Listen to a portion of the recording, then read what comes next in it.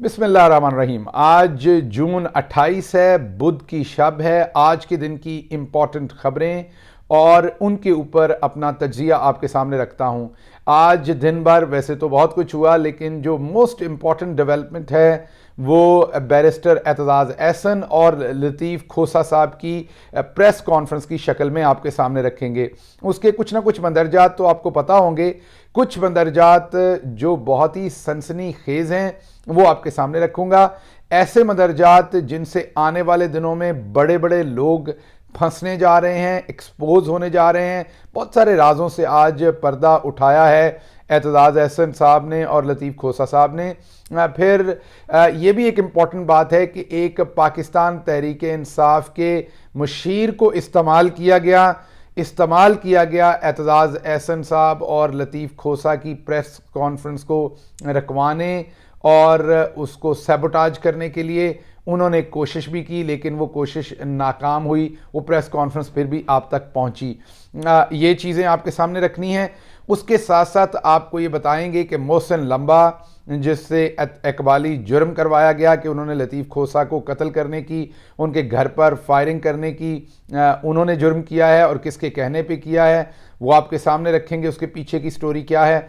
और फिर दुबई के अंदर इस टाइम जो खिचड़ी पक रही है, उसमें निगरान वज़ीर आज़म की दौड़ में नवाज शरीफ और जरदारी अपने अपने पत्ते खेल रहे हैं। और देखते हैं कि किसका नंबर निकलता है, इन दोनों के पत्तों का नंबर निकलता है या किसी और का नंबर निकलता है। वो आपके सामने रखेंगे कौन कौन इस दौड़ में शामिल है। और आखिरी बात, कुछ सीनियर जर्नलिस्ट जो हैं वो आजकल बहुत ज़्यादा आवाम को डरा रहे हैं। क्या वो ये दुरुस्त कर रहे हैं, आवाम की वाकई खिदमत कर रहे हैं, उन्हें किसी खतरे से बचा रहे हैं, या वो गलत कर रहे हैं, ये तज्जिया आपके सामने रखेंगे। सबसे पहले एतजाज़ एहसन साहब की प्रेस कॉन्फ्रेंस हमेशा की तरह बड़ी मुदल्लल, बहुत ही बेहतर तरीके से उन्होंने सारी चीज़ें बयान की। सबसे पहले तो ये जो आज एक वीडियो मंजर आम पर आई, जिसमें एक मोहसिन लंबा नामी एक नौजवान, बेरोज़गार नौजवान आपको नज़र आया होगा। एक ऐसा नौजवान जो बेचारा ये भी नहीं जानता होगा वो कौन है, क्या कर रहा है इस टाइम। एक लॉस्ट यंग मैन, उसको एक बहुत ही ज़बरदस्त, आपको आजकल पता है पाकिस्तान में जून 28 है, गर्मी कितनी है, एयर कंडीशन के बावजूद वहाँ बंदे का क्या हाल होता है। लेकिन आप ज़रा मोहसिन लंबा का एतराफ़ जुर्म बताएं कि वो कह रहा है 10 लाख रुपए ज़ुबैर नियाज़ी ने मुझे ऑफ़र किए थे और उस 10 लाख में से इतने पैसे मुझे मिल गए और इतने अभी मिलने हैं। मैंने वो पैसे लेके खोसा साहब के ऊपर फायरिंग कर दी। ये वो थक्कड़ किस्म के, जो थक्कड़ अच्छे नहीं, थक्कड़ किस्म के सब इंस्पेक्टर, यूजुअली एएसआई होते हैं, सब इंस्पेक्टर भी नहीं, उनकी बनाई हुई दास्तान होती है। जब वो एफआईआर के अंदर गंदी उर्दू के अंदर लिखते हैं तो ये दास्तान होती है, फ़लाँ ने मुझसे ये जुर्म कराया था, आधे पैसे दे दिए, आधे अभी बाकी हैं। ये वो थक्कड़ किस्म का स्क्रिप्ट है, वही उससे बताया गया। लेकिन उस स्क्रिप्ट में कुछ गलतियाँ की गई। मेरे भी बाल उतने इस टाइम जेल लगाकर बेहतरीन तरीके से नहीं बने हुए। मोहसिन लंबा साहब के बाल जेल लगाकर पूरी प्रॉपर कटिंग के साथ आगे उन्होंने कल शाम या आज सुबह ही कटिंग करवाई लगती है, और जेल लगाकर बहुत ही फाइन लाइन के साथ उनके बाल हैं। उनकी जब आप शर्ट देखते हैं और उनके दिल के ऊपर का हिस्सा देखते हैं तो रगड़ कर इस्त्री फेरी गई है। मीन बिल्कुल वो stretched properly, iron wrinkle free वो शर्ट उन्होंने पहनी हुई है। ऐसे लग रहा था अभी अभी शर्ट पहन के वो बैठे हैं, शर्ट भी अभी खस्ता होगी, गर्म होगी, टोस्टेड होगी, इतनी वो फ्रेशली आयरन्ड शर्ट थी जो वो पहनकर बैठे प्रेस कॉन्फ्रेंस कर रहे थे। मूंछों की तराश खराश भी अभी 12 घंटे से कम टाइम पहले ही हुई लगती थी, क्योंकि बिल्कुल ताज़ा थी, वरना कुछ ना कुछ चेंजेस इंसान की शेव में आ जाती हैं। तो मोहसिन लांबा साहब का ये जो स्क्रिप्ट था बहुत ही भोंडा था, किसी एएसआई लेवल के इंसान ने बनाया था, या कम से कम जिसने बनाया था उसकी जहनी हालत कम से कम एक थक्कड़ किस्म के मिडिल पास एएसआई से ज़्यादा नहीं थी। जो स्क्रिप्ट लिखा गया उसमें कहा गया कि लतीफ़ खोसा साहब के घर के ऊपर मोहसिन लंबा ने कहा मैंने हमला किया। उस सिलसिले में एतजाज़ एहसन साहब ने जो प्रेस कॉन्फ्रेंस की उसमें उन्होंने और खोसा साहब ने रिजेक्ट कर दिया, और ये भी अंदिया दिया कि उन्हें लग रहा है कि अब अगला हमला जो है वो एतजाज़ एहसन साहब की जान पर किया जाएगा। वो निशाना होंगे और वो भी इमरान खान के ऊपर डालने की कोशिश की जाएगी। अब इसमें दो चीज़ें एतजाज़ अहसन साहब ने बहुत इम्पॉर्टेंट रखी हैं। एक चीज़ तो उन्होंने ये रखी है कि 9 मई का जो वाक़या है, ये वाकई बड़ा इंपॉर्टेंट पॉइंट है जो उन्होंने रखा है कि 9 मई का वाक़या हुआ। हमें डीजी ISPR साहब ने भी बताया कि बहुत बड़ा वाक़या पाकिस्तान की तारीख का ख़तरनाक तरीन, घिनौना तरीन, गुमराह तरीन है। और हम भी मानते हैं कि कोर कमांडर हाउस के ऊपर हमला हो या किसी भी दफाई तनसीब के ऊपर हमला हो, इससे घटिया काम नहीं किया जा सकता। लेकिन एक सवाल जो एतजाज़ अहसन साहब ने उठाया वो बहुत काम का है, उसका जवाब नहीं मिला अभी तक कहीं से भी। वो सवाल ये है कि मुल्क के अंदर इतना बड़ा वाक़या हो गया, जना हाउस या कोर कमांडर हाउस जो भी आपने उसे कहना है, आप के उस पर हमला हो गया। आपके सूबे की पूरी पुलिस वहाँ मौजूद है। थाना सरवर रोड और एक और थाना जो कैंट के अंदर है, वो दोनों 1 किलोमीटर की मुसाफत से दोनों की तरफ से वो कम है जना हाउस के साथ।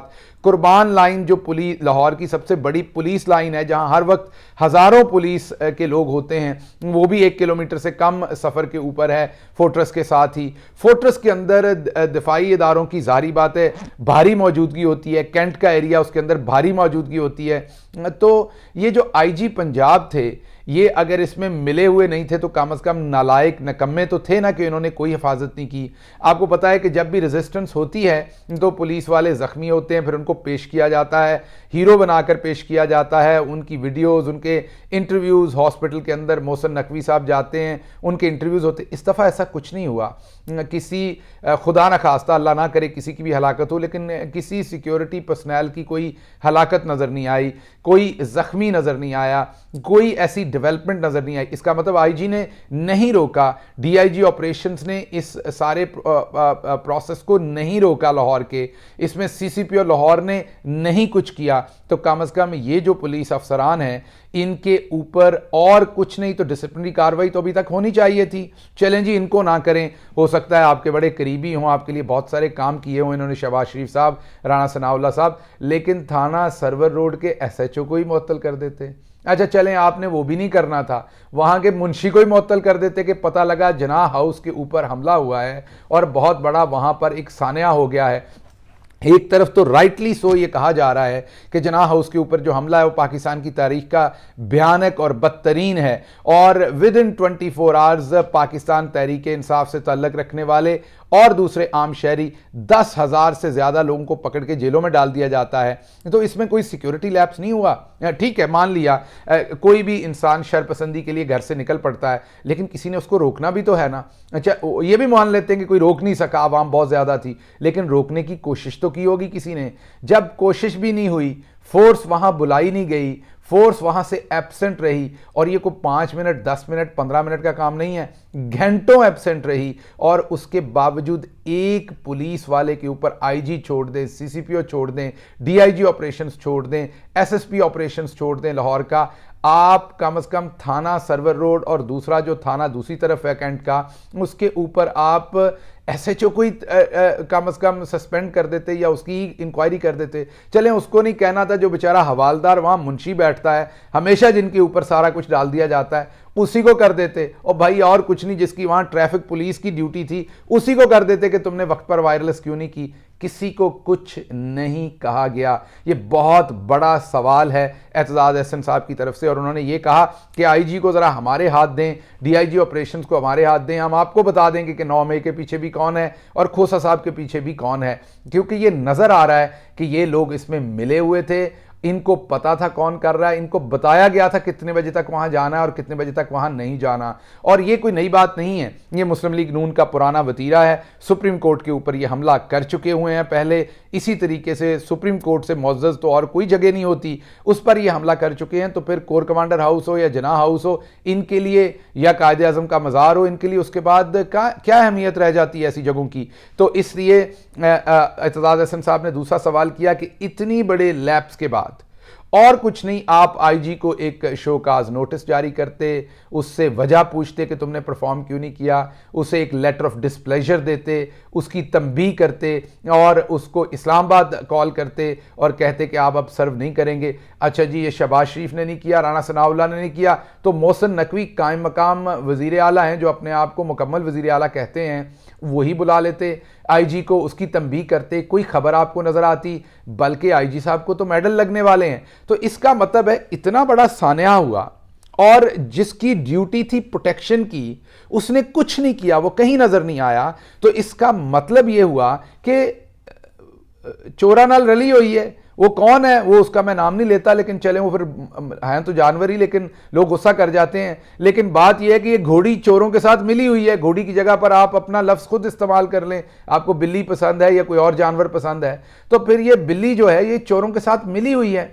वरना ये सताइश वाला जो काम हुआ है उसमें कम से कम इनको शर्मिंदगी तो दिलानी चाहिए थी ना, कि आपने प्रोटेक्ट करने की कोशिश नहीं की, क्योंकि हम सभी उस वाक़े को कंडेम कर रहे हैं। तो एक तो ये एतजाज़ हसन साहब ने बहुत ही इंपॉर्टेंट बात की। उसके साथ उन्होंने कहा कि उनके ख्याल में शहबाज शरीफ, राणा सनाउल्लाह, मोहसिन नकवी, ये तमाम लोग इसके अंदर इन्वॉल्व हैं और आला तरीन अस्करी क़यादत को धोखा दे रहे हैं, उनको गलत मशवरे दे रहे हैं, उनको गलत ग्राउंड से पिक्चर दे रहे हैं। एक तो ये बात है। दूसरी, दुबई की तरफ चलते हैं। दुबई के अंदर इस टाइम गहमा गहमी है, गमसान की लड़ाई हो रही है। वहाँ पर इस टाइम हर बंदा अपने बंदे को निगरान वज़ीर आज़म बनवाना चाह रहा है। पहले तो मोहसिन बेग साहब सबसे आगे थे, वो वाला घोड़ा सबसे आगे भाग रहा था, वो कह रहे थे सबसे आला तरीन शख्सियत ने मुझे गो हेड दिया है। उसके साथ ही एक और शख्सियत आए हैं, आपको याद होगा जज अरशद मलिक की जब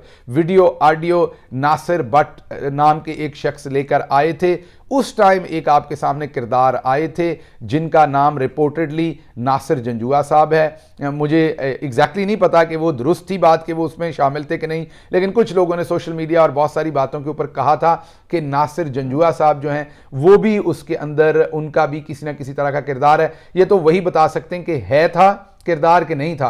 बहरहाल उस टाइम सोशल मीडिया के ऊपर खबरें आई थी, कितनी दुरुस्त हैं कितनी गलत हैं मैं उस बारे में नहीं कह सकता। लेकिन अब नासिर जंजुआ साहब का नाम, ये मिड जैक के मालिक हैं, बहुत बड़े ठेकेदार हैं, कॉन्ट्रैक्टर हैं, बहुत सारे पाकिस्तान के सड़कें, पुल, हमारे दिफाई इदारों की इमारतें, कॉम्प्लेक्सेस, बहुत कुछ इन्होंने तामीर किया हुआ है, बड़े ठेकेदार हैं। तो मिड जैक के जो जंजुआ साहब हैं उनका नाम भी आ रहा है, वो भी रिपोर्टेडली लोग कह रहे हैं कि उनके ऊपर भी बहुत बड़ी हस्ती का हाथ है। उसके साथ साथ आपको पता है कि कल से खबर गर्दिश में है कि तनवीरुल हसन गिलानी, जो गिलानी साहब मुल्तान से हैं, यूसुफ रज़ा उनके अजीज़ हैं, उनका नाम भी कहा जा रहा है कि जरदारी साहब की तरफ से पेश किया जा रहा है। और one and the only one Najam Sethi साहब, जो थोड़ी हजीमत के साथ, थोड़ी शर्मिंदगी के साथ उन्हें पीसीबी से हटना पड़ा है, वो कहते हैं मैं भी वेला फिरदा है, मेरा भी कुछ सोचो, कोई मेरे हाल भी देखो। सो वो भी कोशिश कर रहे हैं कि मुझे निगरान वज़ीर आज़म बनाया जाए, क्योंकि मेरा पहले निगरान वज़ीर आला के तौर पर जो मैंने कारनामे अंजाम दिए हैं उसके ऊपर मेरा वज़ीर आज़म बनना तो बनता है। ये 4-5 लोग दौड़ में हैं। मुझे तो लगता है कि शायद करने वाले किसी और घोड़े को ही ना आगे कर दें, क्योंकि मुझे तो नवाज शरीफ और आसिफ जरदारी के ख्वाबों के ऊपर बारिश पड़ती हुई नज़र आ रही है। मुझे बीच में से कोई और निकलता हुआ नज़र आ रहा है। बहरहाल जो भी डेवलपमेंट हुई वो आपके सामने रखेंगे। एक बात और आपके सामने मैंने रखनी थी, और वो ये रखनी थी कि कुछ सीनियर जर्नलिस्ट, कल सुहेल वड़ाइच साहब का बयान आया कि 6 महीने में इमरान खान का वोट बैंक ख़त्म हो जाएगा। इमरान खान को कबूलियत नहीं है, मकबूलियत ज़रूर है। अगले वीलॉग में मैं इसके ऊपर बात करूंगा कि बुनियादी तौर पर वो कहना क्या चाहते हैं इसमें, कबूलियत और मकबूलियत में क्या उनको ये कहना चाहिए, क्या ये दुरुस्त है या ये दुरुस्त नहीं है, इसके ऊपर तफसीली आपके सामने बात करूंगा। अल्लाह आपका हामी और नासिर हो। पाकिस्तान जिंदाबाद।